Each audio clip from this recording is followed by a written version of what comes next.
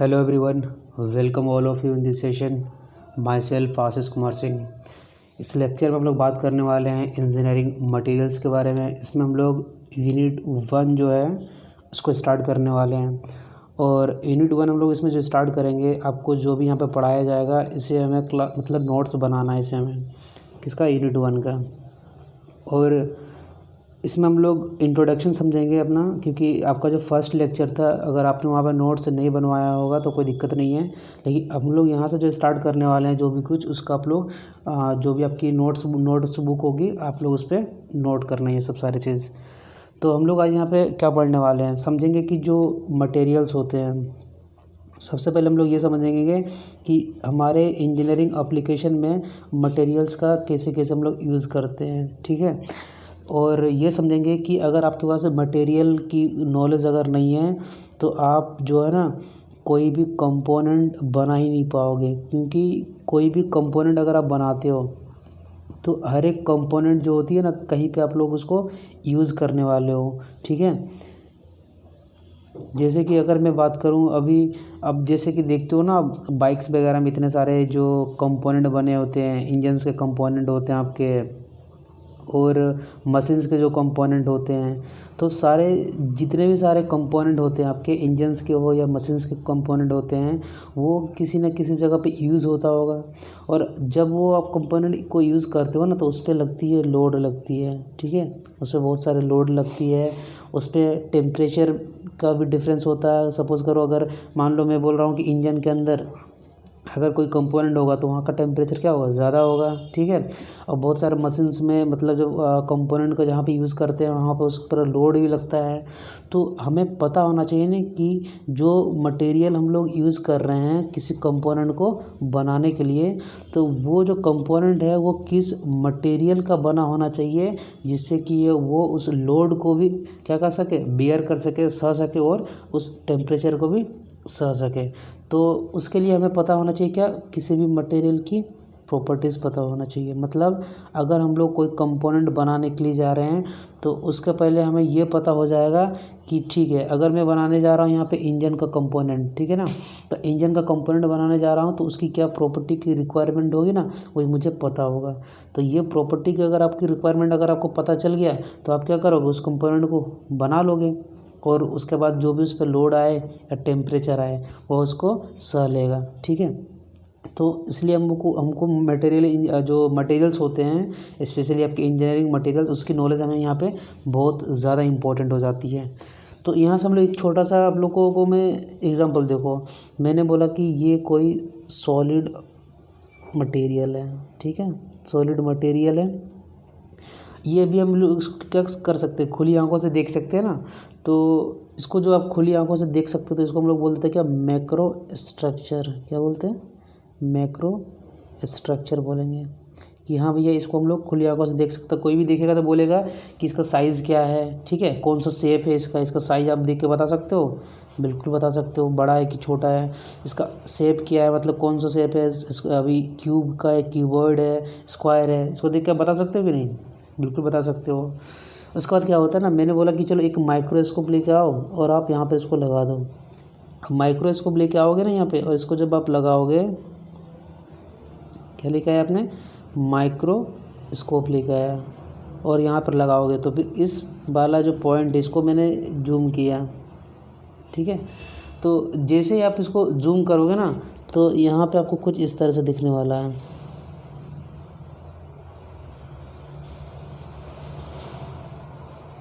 मतलब हमें यहाँ पर क्या दिख रहा है भैया, यहाँ पे आपको क्या दिख रहा होगा, देखिए कि ये वाइट वाला जो पोर्शन दिख रहा है ना, इसको हम लोग बोलते हैं ग्रेन। क्या बोलेंगे, इसको ग्रेन बोलेंगे। और ये जो लाइन दिख रही है ना, इसको बोलते हैं ग्रेन बाउंड्री। तो ये जो वाइट वाली पोर्शन हो गया, इसको हम लोग बोलेंगे ग्रेन बोलते हैं, ठीक है।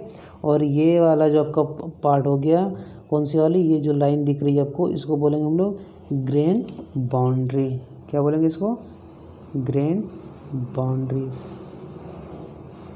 अभी आप लोग समझो, ठीक है, धीरे धीरे आप लोग को अंडरस्टैंडिंग डेवलप होते जाएगा मटेरियल्स के बारे में।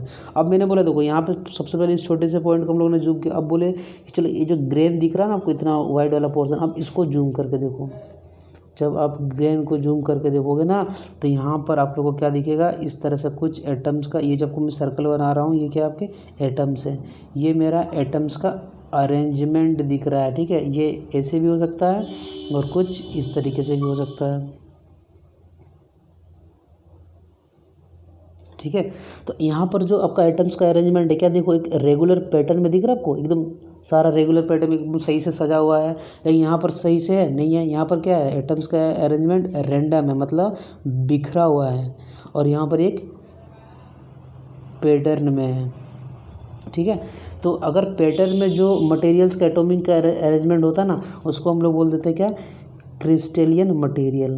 क्या बोलेंगे इसको, क्रिस्टेलियन मटेरियल बोलेंगे। ठीक है, और जहाँ पे आपका रैंडम अरेंजमेंट हो, क्रिस्टलिन मटेरियल हो गया आपका, और यहाँ पर जो रैंडम जो अरेंजमेंट होता है उसको हम लोग क्या बोलते हैं, अमरफस बोलेंगे। इसको बोलेंगे हम लोग अमरफस मटेरियल। तो अमरफस मटेरियल कैसे होते हैं, जहाँ पे एटम का अरेंजमेंट कैसा हो, रैंडम हो। ठीक है, एटम का अरेंजमेंट आपका कैसा होना चाहिए, वहाँ पे रैंडम होना चाहिए, तो उसको हम लोग बोल देंगे अमरफस मटेरियल। और जहाँ पे आपका पैटर्न में हो, एक मतलब अच्छे से सजा हुआ उसको बोलते हैं क्रिस्टलियन मटेरियल। तो देखो हमने क्या किया ना, सबसे पहले एक सॉलिड ऑब्जेक्ट था। ठीक है, अगर आप उसको खुली आंखों से देख सकते हो तब तो आपने उसको क्या बोल दिया, मैक्रो स्ट्रक्चर बोल दिया।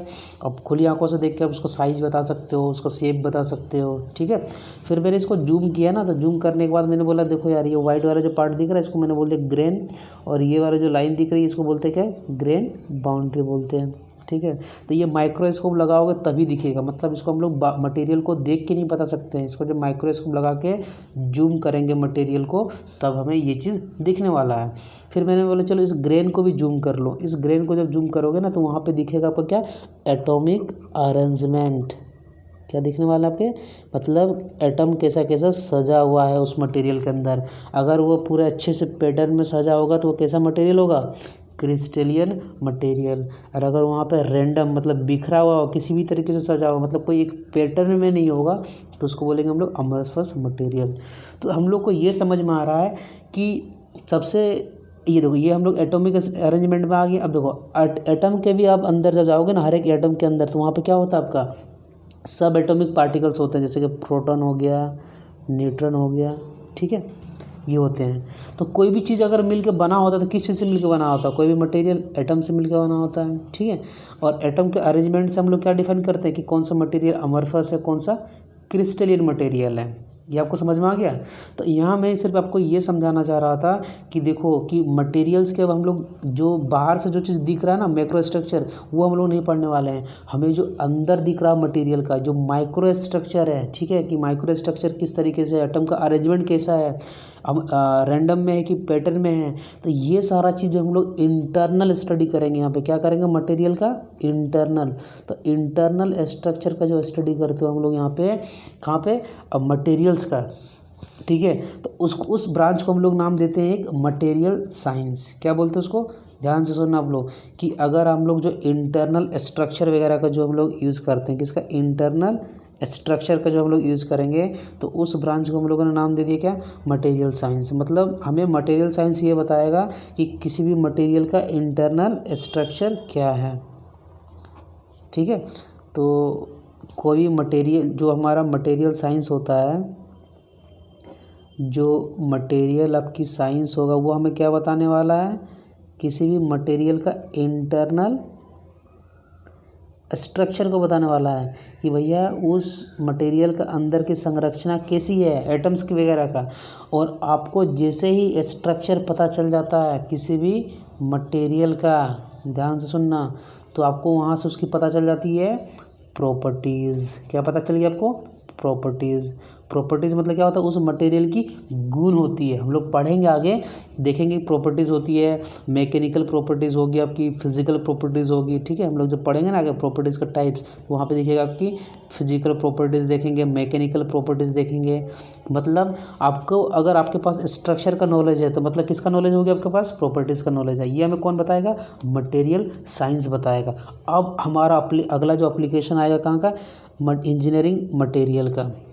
मटेरियल इंजीनियर का। अब वो क्या करेगा, मटेरियल इंजीनियर का काम यही रहेगा कि अगर उसको क्या करना है, कोई भी कंपोनेंट को बनाना है, मटेरियल इंजीनियर का यही तो काम रहेगा कि अगर हमें किसी कंपोनेंट को बनाना है, किसी भी कंपोनेंट को बनाना है तो हमें क्या पता होना चाहिए, उसका प्रॉपर्टी पता होना चाहिए। ठीक है, और ये प्रॉपर्टी हमें कौन बता देगा, मटेरियल साइंस बता देगा आपको कि भैया अगर कोई मटेरियल है तो उसकी प्रॉपर्टी क्या होने वाली है। तो जैसे हमें उस मटेरियल की प्रॉपर्टी पता चल जाएगी तो हम लोग उस कंपोनेंट को बना लेंगे। ठीक है, क्योंकि हमें कंपोनेंट को बनाने से पहले ये पता होना चाहिए कि वो किस मटेरियल का बने, वो किस मटेरियल का बने। चलिए फिर से मैं रिपीट करता हूँ। देखो मटेरियल साइंस क्या करता है, जो भी हमारे मटेरियल्स होते हैं ना उसके अंदर का पार्ट जो हमें दिखता नहीं है, जैसे माइक्रोस्कोप लगा कर देखोगे ना, वो उन सब सारी चीज़ों की स्टडी करता है मटेरियल साइंस। आप अंदर की संरचनाओं को देखोगे, अब वहाँ से उसका निकाल दोगे, आप प्रॉपर्टीज़ निकालोगे। अलग अलग स्ट्रक्चर होते हैं, हम लोग अभी पढ़ेंगे आगे जब अलग अलग स्ट्रक्चर, तो मैं आप लोगों को बताऊँगा। ये स्ट्रक्चर BCC होता है, मतलब इसको बोलते हैं बॉडी क्यूबिक सेंटर्ड टेंशन, मतलब आगे पढ़ेंगे हम लोग। FCC भी हो सकता है, इसको बोलेंगे फेस क्यूबिक सेंटर्ड। तो ये अगर BCC स्ट्रक्चर का रहेगा ना तो हमें पता हो जाएगा कि उसकी प्रॉपर्टीज़ होने वाली है ब्रिटल। अब ये ब्रिटल क्या है, जब प्रॉपर्टीज़ पढ़ेंगे तब समझेंगे। अगर वो FCC के स्ट्रक्चर का रहेगा ना तो उसकी प्रॉपर्टीज़ होगी डक्टाइल। तो अगर मुझे कोई कंपोनेंट बनाना है, ठीक है, तो मुझे क्या पता होना चाहिए, तो उसकी प्रॉपर्टीज़ पता होना चाहिए। प्रॉपर्टीज़ मुझे पता चल गया कि अगर उसकी स्ट्रक्चर BCC है तो कैसा मटेरियल होना चाहिए, डक्टाइल। और हमें ये पता हो गया कि सपोज मैं जिस कंपोनेंट को बनाने जा रहा हूँ वो मुझे डक्टाइल, भैया उसके डक्टाइल की प्रॉपर्टीज़ होना चाहिए। ठीक है, तो मैं क्या करूँगा, उस कंपोनेंट को डक्टाइल मटेरियल से ही बनाने वाला हूँ। ठीक है, तो डक्टाइल हमको कौन बताया, मटेरियल साइंस बताया ना। और हम लोग तो सिर्फ क्या कर रहे हैं, उस प्रॉपर्टीज़ का यूज़ करके हम लोग कंपोनेंट को बना रहे हैं। समझ में आ गया आपको? चलिए ठीक है, तो ये हमें यहाँ पे समझ में आ गया कि मटेरियल साइंस जो होता है हमारा, और मटेरियल इंजीनियरिंग मतलब जो वो इंजीनियर जो मटेरियल का प्रॉपर्टीज़ के बारे में नॉलेज रखता हो, ये हमें बताएगा कि किसी भी मटेरियल का क्या स्ट्रक्चर होने वाला है, और उसी स्ट्रक्चर के बेसिस पे मुझे प्रॉपर्टीज़ भी पता चल जाएगी। ठीक है, और इस प्रॉपर्टी का हम लोग यूज़ करेंगे और क्या बनाने वाले हैं, कंपोनेंट बनाने वाले हैं। ये मशीन के भी कंपोनेंट हो सकते हैं, किसी भी मशीन के कंपोनेंट हो सकते हैं। ठीक है, तो मटेरियल साइंस का हम लोग डेफिनेशन देखते हैं, इसका डेफिनेशन क्या बोलता है। देखिए, तो मटेरियल साइंस का डेफिनेशन ये आपको क्या बोल रहा है कि material science deals with the physical and chemical internal structure of material and correlates the structure with properties. मतलब मटेरियल साइंस जो होता है वो ब्रांच होता है जो किसी भी मटेरियल का इंटरनल स्ट्रक्चर, मतलब उसके अंदर का जो संरचना होता है ना, उस पर भैया क्या करता है, स्टडी करता है और हमें बताता है, कोरिलेट्स करता है क्या, स्ट्रक्चर विथ प्रॉपर्टी। मैंने बताया था कि अगर आपको स्ट्रक्चर पता है तो आप बता सकते हो उस मटेरियल की प्रॉपर्टीज़ क्या होगी। समझ में आ गया?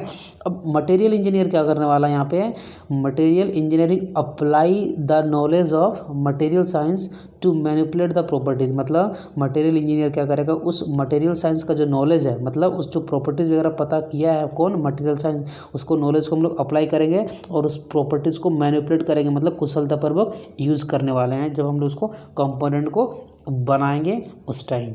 ठीक है, तो ये चीज़ आपको समझ में आ गया होगा। अब देखिए, जो हमारे इंजीनियरिंग मटेरियल को हम लोग किस तरह से इसको डिफाइन करेंगे, ये बोलता है it is a branch of engineering science which deals about its properties and its usages. मतलब जो इंजीनियरिंग मटेरियल का वो साइंस होता है जो किससे डील करता है, उस मटेरियल्स के प्रॉपर्टीज़ पे डील करता है और उसका यूज़ किस तरीके से आप करने वाले हो। अब ये उसका सेकंड पॉइंट ये बोलता है it also provides the other material which makes through mixing the different material. मतलब इंजीनियरिंग मटेरियल हमें क्या बताएगा कि अगर आप दो मटेरियल, एक है, दो मटेरियल को मिला के एक नया मटेरियल मिलेगा, हम लोग देखेंगे, उसको बोलते हैं एलॉय बोलते हैं। ठीक है, तो इसका भी नॉलेज हमें कौन बताने वाला, आपको इंजीनियरिंग मटेरियल बताने वाला आपको। ठीक है, अभी फिर हम लोगों ने समझा था क्या स्ट्रक्चर ऑफ मटेरियल। तो स्ट्रक्चर क्या होता है भैया, एटम्स का अरेंजमेंट होता है। तो ये क्या बोलता है first one, it is the arrangement of the atoms with in materials, मतलब मेटल के अंदर। फिर बोलता है the structure of metals greatly influence their behaviour and properties, मतलब जो स्ट्रक्चर जो भी रहेगा मटेरियल का भैया वो बहुत ज़्यादा प्रभावित करेगा किस चीज़ को, उस मटेरियल के बिहेवियर को, मतलब कि उसका जो वो जो मटेरियल है उसको जब आप लोग कोई कंपोनेंट बनाने जा रहे हो उस मटेरियल से तो वो किस तरह का बिहेव करेगा, ठीक है, और उसके प्रॉपर्टीज़ को, क्योंकि हमें पता है कि अगर हमें स्ट्रक्चर पता है तो उस मटेरियल की हम लोग प्रॉपर्टीज़ को भी बता सकते हैं, ठीक है। अब थर्ड पॉइंट क्या बोल रहा है कि स्ट्रक्चर ऑफ नॉलेज गाइड्स, मतलब अगर आपके पास स्ट्रक्चर का नॉलेज है तो आपको क्या गाइड करता है, ये आपको कंट्रोलिंग और प्रिडिक्टिंग, मतलब आप उस किसी भी चीज़ को कंट्रोल कर सकते हो और अनुमान लगा सकते हो मटेरियल की बिहेवियर को, उसका परफॉर्मेंस को, जहाँ पे उसका यूज़ होने वाला है कहाँ पर, जब different types of manufacturing process का मतलब वो क्या होता है कि अगर आप कोई कंपोनेंट बना रहे हो तो वो क्या करोगे, उसको मैन्युफैक्चर करोगे। तो मैन्युफैक्चर के पहले अगर आपको मटेरियल का स्ट्रक्चर पता है ना तो भैया आपको बहुत ज़्यादा वो क्या करेगा, गाइड करेगा उस मटेरियल का बिहेवियर और परफॉर्मेंस। जब वो बन के रेडी हो जाएगा ना तो आपको पता होगा कि उसका परफॉर्मेंस किस तरह से होने वाला है और उसका बिहेवियर कैसे होने वाला है। ये हमें कौन बताने वाला, स्ट्रक्चर ऑफ मेटल्स बताने वाला है, ठीक है। फिर आगे देखते हैं। अब अभी हम लोगों ने यहाँ पे देखा था, देखो मैंने सबसे पहले क्या बोला कि सबसे पहले मैक्रो स्ट्रक्चर होता है जिसको हम लोग खुली आंखों से देख सकते हैं, ठीक है। और फिर इसी को जब जूम किया मैंने तो यहाँ से क्या पहुँच गए थे हम लोग, माइक्रो स्ट्रक्चर में। और माइक्रो स्ट्रक्चर से भी जब इसको जूम किए थे तो हम लोग क्या देखे थे, कुछ एटम्स का अरेंजमेंट देखे थे, ठीक है। अब एटम के भी अंदर घुस जाओगे तो भैया क्या मिलेगा आपको, इलेक्ट्रॉन, प्रोटॉन, समझ रहे हो। तो सबसे छोटा चीज़ होता है किसी भी मटेरियल का, जैसे हमारा जो बॉडी भी बना होता है ना, हमारा बॉडी देखो, हमारा बॉडी अभी सबको दिख रहा है खुली आंखों से, तो वो क्या हो गया, मैक्रो स्ट्रक्चर। माइक्रो स्ट्रक्चर जब हमारा बॉडी का देखोगे तो वहाँ पे क्या निकलेगा, आपको सेल देखने को मिलेंगे हमारे बॉडी के अंदर, समझ रहे हो। फिर सेल के अंदर जाओगे तो आपको देखो माइटोकॉन्ड्रिया, प्रोटोप्लाज्म, ये सब चीज़ दिखने को मिलता है, आप लोगों को मिलता है कि नहीं। तो उसी तरीके से किसी भी मटेरियल को जब आप अंदर में जाओगे माइक्रो स्ट्रक्चर में और उसको फिर जूम करोगे तो वहाँ पे आपको एटम्स का अरेंजमेंट दिखेगा आपको। और ब्रह्मांड में, इस यूनिवर्स में कोई भी चीज़ अगर मिल के बना होता है तो वो किस चीज़ से मिल के बना होता है, एटम से मिलकर बना होता है, ठीक है। कोई भी चीज़ अगर आपके आसपास अभी टेबल दिख रहा हो, ये मोबाइल आप लोग जो ये वीडियो जो देख रहे हो जिस मोबाइल से, वो भी किसी मटेरियल का बना हुआ है, समझ रहे हो। बुक्स हो गया आपके, मतलब कुछ भी अगर आपको आँख देख लो सारा चीज़, वो सारे ना सारे किसी भी चीज़ एटम से मिलकर बना होता है। और एटम्स का भी जब सब एटॉमिक पार्ट में आप जाते हो तो वहाँ पर आपको इलेक्ट्रॉन, प्रोटॉन वगैरह दिखता है, ठीक है। अब यहाँ पे देखो क्या समझ में आता है, देखो कोई लिक्विड है, मतलब देखो कोई मेटल है, मान लो आयरन है, आयरन का नाम सुनिए आप लोग, लोहा। तो इसकी एक टेम्परेचर होती है 1539 डिग्री सेल्सियस, मतलब अगर आप आयरन को 1539 डिग्री सेल्सियस दे देते हो टेम्परेचर तो वो सॉलिड जो होता है ना, सॉलिड से ये क्या किस में कन्वर्ट हो जाएगा, लिक्विड में कन्वर्ट हो जाएगा, ठीक है। तो जब कोई भी मटेरियल सॉलिड से लिक्विड कन्वर्ट होता है और जिस टेम्परेचर पर कन्वर्ट होता है, ठीक है, उसी को उसको बोलते हैं मोल्टेन मटेरियल। क्या बोलेंगे उसको, मोल्टेन, MOLTEN, मोल्टेन, मतलब भैया पिघल गया मेरा कौन, मटेरियल। तो सबसे पहले देखो क्या होगा ना, कोई मान लो लिक्विड मेटल है तो लिक्विड मेटल सॉलिडिफाई हो रहा है, मतलब वो लिक्विड से सॉलिड बनने जा रहा है, ठीक है। तो सॉलिड जब बनेगा तो एक टर्म आता है क्या, यूनिट सेल, ठीक है, समझेंगे क्या होता है। फिर ये यूनिट सेल से कन्वर्ट हो जाता है किसी क्रिस्टल में, और ये जो क्रिस्टल होता है ना ये दो पार्ट में होते हैं, एक सिंगल क्रिस्टल, एक पॉली क्रिस्टल। अब समझो कि सपोज़ करो मुझे एक घर बनाना है, क्या बनाना है, एक घर बनाना है। तो घर बनाओगे भैया तो एक एक ईंट रख के बनाओगे ना, मतलब ब्रिक जिसको बोलते हैं ईंट, तो अरे एक एक ईंट से बनता है घर आपका। उसी तरह से जब कोई लिक्विड जो होता है सॉलिडिफाई होके क्या होगा भैया, धीरे धीरे वो सॉलिड में बनेगा। तो सॉलिड में बनेगा तो भैया कोई भी छोटा छोटा सॉलिड का पार्ट मान लो बनेगा मिलके। तो जो छोटा छोटे जो सॉलिड का पार्ट होता है उसी को हम लोग क्या बोल दे रहे हैं, यहाँ पे यूनिट सेल बोल रहे हैं। आगे समझेंगे फिर और भी क्या होता है ये। फिर मैंने बोला ये यूनिट सेल क्या हो सकता है, BCC भी हो सकता है, FCC भी हो सकता है, HCP भी हो सकता है। मतलब ये सब BCC का मतलब होता है body cubic centre, face cubic centre, और HCP मतलब हेक्सागोनल क्लोज्ड पैकिंग। समझेंगे आगे हम लोग, ठीक है। तो उसके बाद यूनिट सेल के बाद क्या होगा, वो क्रिस्टल बनेगा, और क्रिस्टल भी दो पार्ट में डिवाइड होगा, उसको बोलेंगे सिंगल क्रिस्टल और पॉली क्रिस्टल। तो अभी हम लोग सबसे पहले ये सब सारा चीज़ समझ लेते हैं, उसके बाद इस पॉइंट पे आएंगे, ठीक है। चलिए आगे बढ़ते हैं। अब देखिए एक ब्रांच होता है, ठीक है, साइंस का एक ब्रांच होता है जिसको बोलते हैं क्या, क्रिस्टलोग्राफी। क्रिस्टलोग्राफी बोलेंगे। ये ब्रांच क्या करता है ना, जो भी मटेरियल है ना, मटेरियल का जो इंटरनल स्ट्रक्चर के बारे में जो स्टडी करेगा, ठीक है, क्या बोलेंगे, ये वो ब्रांच होता है जो इंटरनल स्ट्रक्चर किसी भी क्रिस्टल का, समझते हैं क्रिस्टल क्या होता है, किसी भी इंटरनल स्ट्रक्चर किसका, क्रिस्टल के बारे में जो स्टडी करेगा उसी को हम लोग क्या बोल देते हैं, क्रिस्टलोग्राफिक बोलेंगे।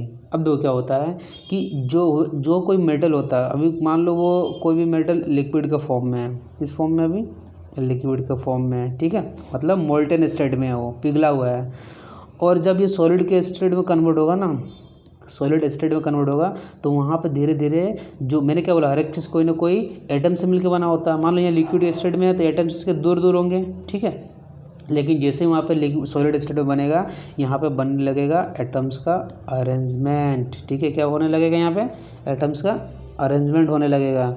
और ये जो एटम्स का अरेंजमेंट है भैया, ये 3 डायमेंशन होगा, तीनों दिशाओं में होगा ना इसका। तो ये अभी मैं क्या दिखा रहा हूँ आपको, एटम्स का अरेंजमेंट अभी दिखाने वाला हूँ, ठीक है। तो यहाँ पर होगा आपका अभी एटम्स का अरेंजमेंट। तो ये आपको देखो, ये जो सर्कल वाले चीज़ दिख रहा है ना, इसको क्या बोलेंगे, ये सारे क्या है, एटम्स आपके हैं। ये जो आपको सर्कल वाली दिख रही है आपको सारे चीज़, ये सारे आपके एटम्स हैं। तो जब मोल्टेन मेटल जो होता है, पिघला हुआ जो मेटल होता है, जब वो सॉलिड फॉर्म में कन्वर्ट होगा तो भैया यहाँ पे एटम्स जो होते हैं ना, वो अपना एक अरेंजमेंट बनाएंगे। अरेंजमेंट मतलब वो भैया आप मतलब सामने सामने आएंगे जब वो सॉलिड स्टेट में होंगे। तो ये कुछ 3 डायमेंशन इस तरह का कुछ पैटर्न बनाता है। ये जो सर्कल दिख रहा है आपको, सारे क्या आपके एटम होते हैं, ठीक है। ये सारी चीज़ आपके क्या है, यहाँ पे सारे आपके यहाँ पे एटम हैं। अब देखो क्या होगा कि अब जो यहाँ पे जो कॉन्फ़िगरेशन हो रहा ना, कॉन्फ़िगरेशन मतलब एक संरचना बना रहा ना भैया, कौन, एटम्स का संरचना। तो इसी एटम को संरचना को मैंने इस पूरे को क्या बोल दिया, क्रिस्टल बोल दिया। क्या बोल दिया, क्रिस्टल। ध्यान से सुनो, जब भी कोई लिक्विड या मोल्टेन मेटल जो होता है हमारा, पिघला हुआ मेटल लिक्विड से सॉलिड फॉर्म में कन्वर्ट होता है, तो वहाँ पे क्या होता है, एटम्स का अरेंजमेंट होता है। किसका, एटम्स का अरेंजमेंट होता है। तो ये जो एटम्स का अरेंजमेंट हो रहा है, इस पूरे को हम लोग क्या बोल देंगे, क्रिस्टल बोल देंगे। क्या बोलेंगे, क्रिस्टल। तो क्रिस्टल क्या होता है, एटम्स का अरेंजमेंट होता है आपका, ठीक है। अब ये जो अरेंजमेंट है, किसका अरेंजमेंट होता है भैया, ये जो एटम का जो अरेंजमेंट है ना, देखो अलग अलग हम लोग देखेंगे, अलग अलग मटेरियल के लिए अलग अलग अरेंजमेंट है। यहाँ पे देखो, यहाँ पे सारे एटम का अगर छोटा सा मैं ये पार्ट अगर ले लूँ तो यहाँ पे क्या दिख रहा है, यहाँ एटम का अरेंजमेंट क्या क्यूब का शेप में है। देखो इसको मैं जूम करके बाहर बनाऊँगा तो देखो ये आपको कुछ इस तरीके से दिखने वाला है।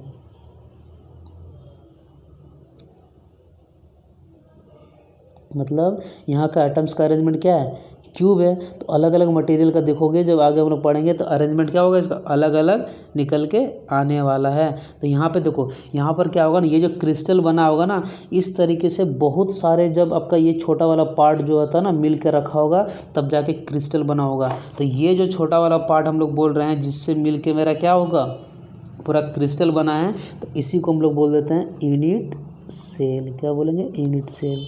मतलब जिस तरह घर जो बनता है, हर एक ईंट को जोड़ के बनता है ना, उसी तरह जो क्रिस्टल बनता है किस तरह से बनता है, एक एक यूनिट सेल को जोड़ने से बनता है। समझ में आ गया आपका यूनिट सेल क्या होता है। चलिए ठीक है। तो यूनिट सेल क्या होता है, वो सबसे छोटा पार्ट होता है किसी भी क्रिस्टल के लिए। अब देखो यहाँ पे जो एटम्स का अरेंजमेंट है, एटम्स का अरेंजमेंट क्या दिख रहे हैं, यहाँ पे सारे कॉर्नर है, मतलब जो क्यूब है ना, ये सारे इसके कॉर्नर में बैठा हुआ है। तो इस जो एटम्स का अरेंजमेंट है कहाँ पे, क्रिस्टल के अंदर में।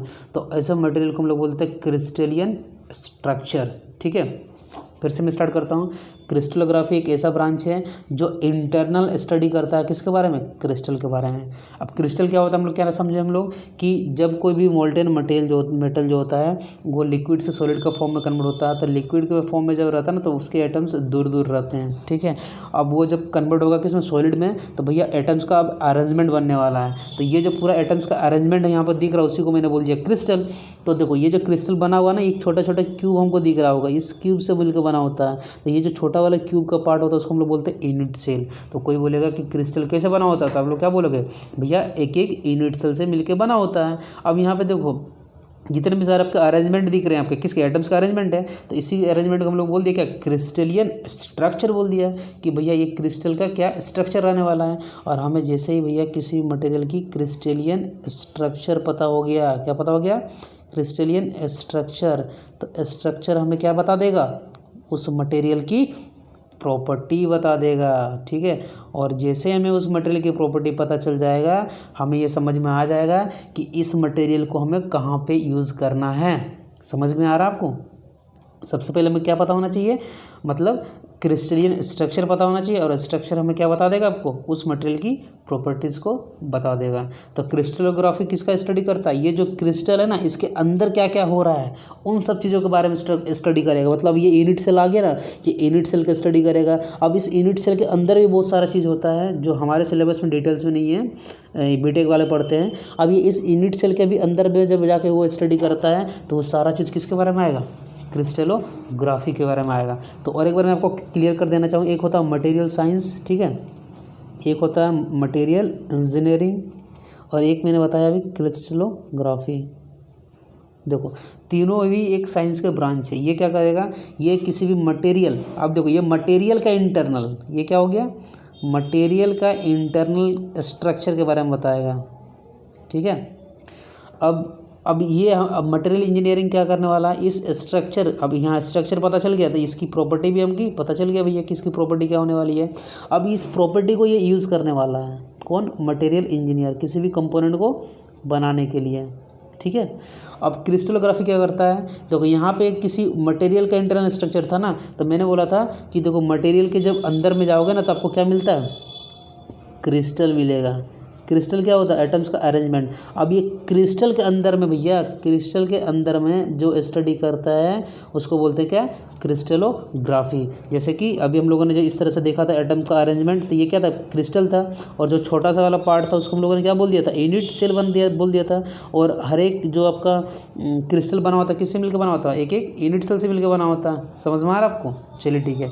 अब यूनिट सेल के बीच अंदर में भी बहुत सारे ऐसे टर्म होते हैं जिसका हम लोग स्टडी करते हैं, जिसको हमें यहाँ पे स्टडी नहीं करना, वो बीटेक वाले स्टडी करता है, हमारे सिलेबस में वो है नहीं, तो उसको हम लोग नहीं करेंगे। ठीक है, सिर्फ समझ लेंगे थोड़ा सा उसको। तो ये मेरा हो जाता है यहाँ पे क्या, यूनिट सेल हो गया कि भैया कोई भी क्रिस्टल छोटे छोटे यूनिट सेल से मिलकर बना होता है। और ये जो आपको सर्कल दिख रहा है ये क्या दिख रहा है, एटम्स का अरेंजमेंट दिख रहा है आपका। क्लियर है, चलिए तो हम लोग देखते हैं। अब तो अब आपको यहाँ पर क्लियर हो गया होगा कि भैया ये लिक्विड से क्या बनता है, एक छोटा छोटा पार्ट जिसको हम लोग क्या बोलते हैं, यूनिट सेल बोलते हैं। और यूनिट सेल से भैया मिलके क्या बनता है, क्रिस्टल बनता है। और क्रिस्टल अगर सिंगल क्रिस्टल है, मतलब एक ही टाइप का क्रिस्टल रहेगा, तो उसको भैया जो मटेरियल जो सिंगल क्रिस्टल से बनते हैं उसको बोलते हैं क्या, टरबाइन ब्लेड जो होता है। याद रखना ये क्वेश्चन आता है आपका ऑब्जेक्टिव में कि सिंगल क्रिस्टल मतलब टरबाइन का जो ब्लेड होता है किस क्रिस्टल मटेरियल का बना होना चाहिए, तो क्या बोलोगे उसको, सिंगल क्रिस्टल। और पॉली क्रिस्टल मतलब क्या, दो अलग अलग तरह का क्रिस्टल आपको मिलेगा। और क्रिस्टल के अंदर ही जानते हो क्या, लेटिस होता है, एक जाल होता है, इम्परफेक्शन और डिसलोकेशन। ये हमारे टॉपिक नहीं है, लेकिन इम्परफेक्शन मतलब क्या होता है, इसके अंदर जो भी खामियां होती है ये सब चीज़ हम लोग क्रिस्टल के अंदर पढ़ाई करते हैं। ठीक है, अब ये जो यूनिट सेल होता है ना, ये बीसीसी भी हो सकता है, एफसीसी भी हो सकता है, और एचसीपी भी हो सकता है। मैं आपको यहाँ पे बता देता हूँ, जो बीसीसी जो मटेरियल होता है ना, इसको बोला जाता है क्या, ब्रिटल मटेरियल। अब ब्रिटल मटेरियल जब हम लोग बात करेंगे मैकेनिकल प्रॉपर्टीज़ तब समझेंगे कि ब्रिटल मटेरियल क्या होता है। और एफसीसी जो होता है ना, ये होता है आपका डक्टाइल मटेरियल। क्या होता है, डक्टाइल।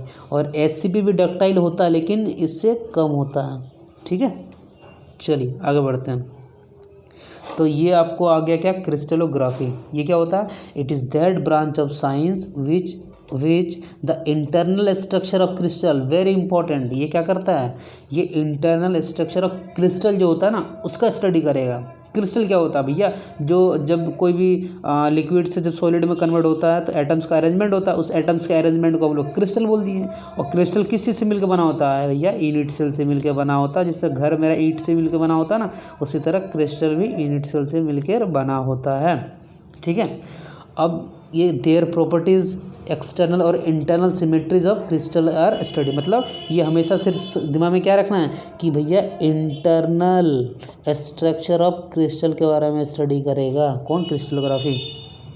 आगे देखते हैं, when the metal solidify from A molten state, मतलब पिघला हुआ स्टेट से लेके तो ये क्या करता है, एटम्स का अरेंजमेंट बनाता है अपने आप में वेरियस ऑर्डर कन्फिग्रेशन, मतलब अलग अलग शेप में, इसी को हम लोग बोल दिए क्रिस्टल। ठीक है, और this arrangement of the atoms in the crystal is called crystalline structure. अभी हम लोग ने जो देखा था ना, इस तरह से कुछ जो एटम्स का अरेंजमेंट था आपका कहाँ पे, क्रिस्टल के अंदर, तो उसी को हम लोग क्या बोल देंगे, क्रिस्टलियन स्ट्रक्चर बोल देंगे। ये सर्कल वाले आपके सारे एटम थे। ठीक है, अब यहाँ पे क्या क्या चीज़ हम लोग क्रिस्टलोग्राफी के अंदर पढ़ते हैं, ये सारा टर्म दिया हुआ है कि क्रिस्टल क्या होता है, स्ट्रक्चर क्या होता है, स्पेशलिटीज़ क्या होता है, यूनिट सेल क्या होता है, क्रिस्टलोग्राफी प्लेन क्या होता है, lattice parameter, Miller indices, atomic packing factor, coordination number. तो हमें उतना डिटेल्स में नहीं पढ़ना है, जितना हम सिर्फ डिफिनेशन एक एक करके देख लेते हैं। ठीक है, क्योंकि ये हमारे सिलेबस में डिटेल में नहीं है। तो क्रिस्टल किसको बोलोगे, क्रिस्टल एक क्या होता है, एक सॉलिड होता है। Is solid where constituent atoms और molecules are arrange in a symmetrical geometric pattern. मतलब क्रिस्टल किसी से मिलकर बना होता है भैया, वो एटम्स और मॉलिक्यूल से मिलकर बना होता है। अब स्ट्रक्चर की बात कर लो, ये क्या होता है, ये अरेंजमेंट होता है किसका, अरेंजमेंट एंड पोजिशन। ठीक है, arrangement and position of the atoms with in a crystal, कि क्रिस्टल के अंदर में भैया उस एटम का जो अरेंजमेंट होता है उसी को हम लोग स्ट्रक्चर बोल देंगे। और स्ट्रक्चर जैसे पता चल गया किसी भी मटेरियल की, आप उसकी प्रॉपर्टी को बता सकते हो। ठीक है, अब the atoms arrange in themselves in distinct pattern in space is called space lattice. मतलब ये समझो कि जो एटम्स जो होता है ना, अगर अलग अलग तरीके का जो अरेंजमेंट करता है अलग अलग पैटर्न का, उसी को हम लोग बोलते हैं स्पेस लेटिस बोलते हैं। ठीक है, यूनिट सेल मैंने अभी समझाया कि जो क्रिस्टल जो बनता है वो छोटा छोटा यूनिट सेल से मिलकर बना होता है। ये क्या होता है, एक सबसे छोटा स्मॉलेस्ट ग्रुप ऑफ एटम्स होता है posing the symmetry of the crystal. मतलब अगर मैंने बोला कि ये क्यूब शेप का यूनिट सेल है, तो जो मेरा क्रिस्टल बना होगा ना भैया, वो सिर्फ क्या बना होगा, इसी तरह का, मतलब सिर्फ क्यूब का ही यूनिट सेल से मिलकर पूरा बना होगा। समझ में आ रहा, चलो ठीक है। अब क्रिस्टलोग्राफिक प्लेन होता है, ये हमें डिटेल में नहीं पढ़ना है। मतलब हम लोग जब स्टडी करते हैं ना यूनिट सेल, तो इसके अंदर भी देखते हैं कि भैया ये जो एटम्स अरेंज हैं, तो ये किसी न किसी प्लेन में अरेंजमेंट है कि नहीं इसका। ये देखो, ये सामने वाले एक प्लेन दिख रहा है, मतलब इस क्यूब में कितने प्लेन होंगे, 6 प्लेन होंगे। तब प्लेन वगैरह का भी स्टडी करते हैं हम लोग यहाँ पे। तो बोलता है कि द लेयर ऑफ एटम और the plane along which atoms are arrange are known as atomic और क्रिस्टलोग्राफिक प्लेन। मतलब ये देखो, ये सामने वाला आपको जो दिख रहा होगा ना यहाँ पे, ये सामने वाला जो आपको यहाँ पे दिख रहा है, ये क्या हो गया, एक प्लेन ही तो है। इस प्लेन को जो स्टडी करोगे, इसी को हम लोगों ने बोल दिया क्या, क्रिस्टोग्राफी की प्लेन बोल दिया। देखो, जैसे कि इसको अगर मैं पिक्चर सामने बनाऊँ तो कुछ इस तरह से बनेगा। तो इस प्लेन का जो एटॉमिक अरेंजमेंट दिख रहा है, तो इसको हम लोग क्या बोलेंगे, ग्राफिक प्लेन्स बोलेंगे। ठीक है, आगे बढ़ते हैं। फिर हम लोगों ने क्या समझा कि the characteristic intercept and interfacial angle of a crystal constitutes और lattice parameter of a cell. ये हमें नहीं पढ़ना है। ठीक है, इसको हम लोग नहीं समझेंगे अभी, क्योंकि ये हम लोग डिटेल में इसको पढ़ते हैं, तो ये आपको अभी समझ में भी नहीं आएगा। मिलर इंडेसेस, इसे भी हमें नहीं समझना है। एटॉमिक फैक्टर और कोऑर्डिनेशन नंबर। देखो, ये एटॉमिक पैकिंग फैक्टर क्या बोलता है आपको, कि it is the ratio of the volume of the atoms per unit cell to the volume occupied by the unit cell. जैसे कि देखो, अब जैसे कि मैंने बोला कि ये जो आपका अभी यूनिट सेल आप बना रहे हो, कैसा यूनिट सेल, आपका क्यूब वाला यूनिट सेल है। ठीक है, तो एटॉमिक पैकिंग फैक्टर जब निकालोगे, हम लोग देखेंगे थोड़ा सा फॉर्मूला वगैरह मैं बता दूंगा कि किससे क्वेश्चन आते हैं। तो ये क्या बोलता है, it is the ratio of the volume of the atoms. देखो, एटम्स जो यहाँ पे क्या है आपके स्फीयर में, तो यहाँ पे क्या रख दो, स्फीयर का वॉल्यूम रख दो 4/3 पाई आर क्यू अपन यूनिट सेल का वॉल्यूम। अगर पूरा साइड आपका यूनिट सेल का ए है, तो नीचे का वॉल्यूम क्या हो जाएगा, ए क्यू। तो इससे क्या निकल गया, आपका एटॉमिक पैकिंग फैक्टर निकल गया। क्रिस्टल नंबर क्या बोलता है आपको यहाँ पे, देखो ये बोलता है coordinate number is the number of nearest atoms directly surrounding a given atom in a crystal nearest neighbours to an atom in crystal. देखो क्या होता है ना, अब जैसे ये क्रिस्टल है, ठीक है, तो देखो इसके ऊपर भी तो एक क्रिस्टल रखा होगा, अरे होगा कि नहीं, बिल्कुल होगा। फिर इसके बाजू में भी तो एक क्रिस्टल होगा, इस तरह से करके इसी तरह से तो बनेगा। और इसके फिर एक इसके ऊपर भी एक क्रिस्टल रखा होगा, फिर समझ रहे हो, तो इस तरह का अरेंजमेंट होगा। अब देखो, कोऑर्डिनेशन नंबर आपको क्या बोलता है कि अगर कोई एटम है, जैसे कि देखो ये बीच वाला एक अगर इस एटम को दिखा दो, ले लो, तो ये दिख रहा है कि भैया ये आपका इसके नज़दीक कितने सारे आपके एटम हैं, किसका, इस एटम के नज़दीक में। ठीक है, ये क्या बोलता है, nearest neighbour of an atom. देखो ये वाला एटम इसके सामने पड़ेगा, इसके ये वाला एटम इसके सामने है, ये वाला एटम इसके सामने है, ये वाला एटम सामने है, इसके नीचे भी देखेंगे एटम्स होते हैं, कैसे होते हैं हम लोग देखेंगे। तो सिर्फ कोऑर्डिनेशन नंबर ये समझना कि किसी भी क्रिस्टल में, ठीक है, किसी भी क्रिस्टल में जो भी एटम होता है उसके सामने वाले जितने भी सारे आपके एटम आते हैं उसको अगर काउंट कर लोगे तो क्या निकल जाएगा, आपका कोऑर्डिनेशन नंबर निकल जाएगा। आगे देखेंगे कि अलग अलग एटम्स का क्या क्या कोऑर्डिनेशन नंबर होता है। यहाँ पे क्या लिखा, those material in which atoms are arrange in regular pattern known as crystalline material. मैंने अभी समझाया था आप लोगों को। देखो यहाँ पे क्या एक रेगुलर पैटर्न में एटम का अरेंजमेंट है ना, तो इसको कैसा मटेरियल बोलेंगे, क्रिस्टलियन मटेरियल। इसका एग्जाम्पल हो गया डायमंड, सोडियम क्लोराइड, नाइट्रेट। और जहाँ पे आपका इरेगुलर पैटर्न में रहेगा उसको क्या बोलेंगे, अमरफस। इसका example glass, rubber, plastic, charcoal. ठीक है, चारकोल क्या होता है समझेंगे, ठीक है। ये सिर्फ कोयला होता है, कोयला को अगर आप मतलब बिना मतलब बहुत ही limited amount of oxygen supply करके जो प्रोडक्ट निकलता है ना उसी को बोलते हैं हम लोग चारकोल। अब इसमें सेकंड में वही बोला गया है कि this those material in which atoms are arrange in random manner is called amorphous. ठीक है, तो अब हम लोग ये होता है आपका स्पेसलेटिक्स, मतलब ये 3 डायमेंशनल में जो जाल जैसा बना हुआ ना इसको बोल देते हैं स्पेसलेटिक्स। और देखो ये क्या है मेरा, ये पूरा क्रिस्टल है, ये क्या है मेरा, ये पूरा क्रिस्टल है। और क्रिस्टल किसी से मिलकर बना हुआ है, एक छोटा छोटा यूनिट सेल से मिलकर बना होता है, देख रहे हो। ये पूरा रेगुलर पैटर्न में होगा ना। तो जैसे कि अगर मुझे बोल दिया ना कि ये बीच वाले एटम है ये वाला, इसका बताओ कि कितना होगा कोऑर्डिनेशन नंबर। तो देखो इसको आपको दिख रहा होगा कि सामने एक ये है, 2 3 4, ठीक है, 5 6, ठीक है। अब देखो इसका नीचे में भी एक होगा, अरे समझ रहे हो, अरे होगा कि नहीं, बिल्कुल होगा ना। तो मैं आप समझाऊंगा उस टाइम, तो सब कुछ दिखाऊंगा कि किस किस तरीके से इसके कितने कितने मतलब नज़दीक में इसके एटम्स हो सकते हैं। ठीक है, तो अभी हम लोगों ने जो भी पढ़ा उसको एक क्विक रिवीजन कर लेते हैं। हम लोगों ने क्या देखा कि इंट्रोडक्शन देखा कि मटेरियल साइंस क्या होता है, ये इंटरनल स्ट्रक्चर किसका, मटेरियल का, उस पर डील करने वाला है। ठीक है, और जैसे हमें स्ट्रक्चर पता चल गया उसकी प्रॉपर्टी पता चल जाएगा, और उस प्रॉपर्टी का ये यूज़ करने वाला कौन, मटेरियल इंजीनियर वाले। ठीक है, तो इंजीनियरिंग मटेरियल का फिर यहाँ हम लोगों ने डेफिनेशन देखा। अब स्ट्रक्चर ऑफ मटेरियल क्या होता है भैया, ये अरेंजमेंट होता है किसका, एटम्स का अरेंजमेंट होता है। ठीक है, और ये जो आपकी स्ट्रक्चर होता है वो बहुत ज़्यादा प्रभावित करता है किसको, मटेरियल्स के बिहेवियर को और उसकी प्रॉपर्टीज़ को। प्रॉपर्टीज़ अलग अलग तरह के होती हैं, हम लोग आगे पढ़ने वाले हैं। अगर आपके पास स्ट्रक्चर आपका नॉलेज रहेगा, ठीक है, तो आप क्या कर सकते हो, जब उसको बनाओगे उस किसी भी कंपोनेंट का, तो आप पहले पता कर सकते हो कि उसका परफॉर्मेंस, मतलब जब उसका एक्चुअल प्रैक्टिकल यूज़ करने वाले हैं तो उसका परफॉर्मेंस किस तरीके से रहने वाला है। फिर मैंने बोला कि सबसे जो छोटा पार्ट होता है सब एटॉमिक, उसके बाद होता है एटॉमिक, और उसके बाद माइक्रोस्कोपिक और मैक्रोस्कोपिक। ठीक है, लिक्विड से कन्वर्ट होगा, यूनिट सेल में बनेगा, यूनिट सेल से क्रिस्टल, और क्रिस्टल किसी से मिलकर बना होता है, यूनिट सेल से मिलकर बना होता है।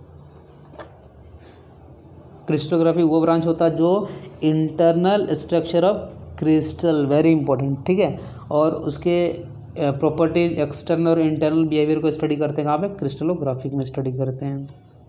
फिर क्या कि when the material solidify from molten state to the, मतलब जब वो मोल्टेन से लेके वो मतलब कन्वर्ट होता है सॉलिड में, तो उसका एटम्स का जो अरेंजमेंट होता है उसी को हम लोग क्या बोल दिया था अभी, क्रिस्टल। ठीक है, और जो अरेंजमेंट, जिस तरह का अरेंज मतलब अलग अलग तरीके से जो पैटर्न बनाता है एटम्स कहाँ पे, क्रिस्टल के अंदर, उसको बोलते हैं हम लोग क्रिस्टलियन स्ट्रक्चर।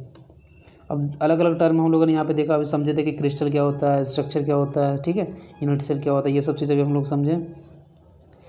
फिर हम लोगों ने देखा कोऑर्डिनेशन नंबर क्या था, कि मतलब कोई भी एटम कितने, उसके नियरेस्ट जितने भी सारे एटम है ना उसको काउंट कर लो तो उसको क्या बता देगा, कोऑर्डिनेशन नंबर बता देगा आपको।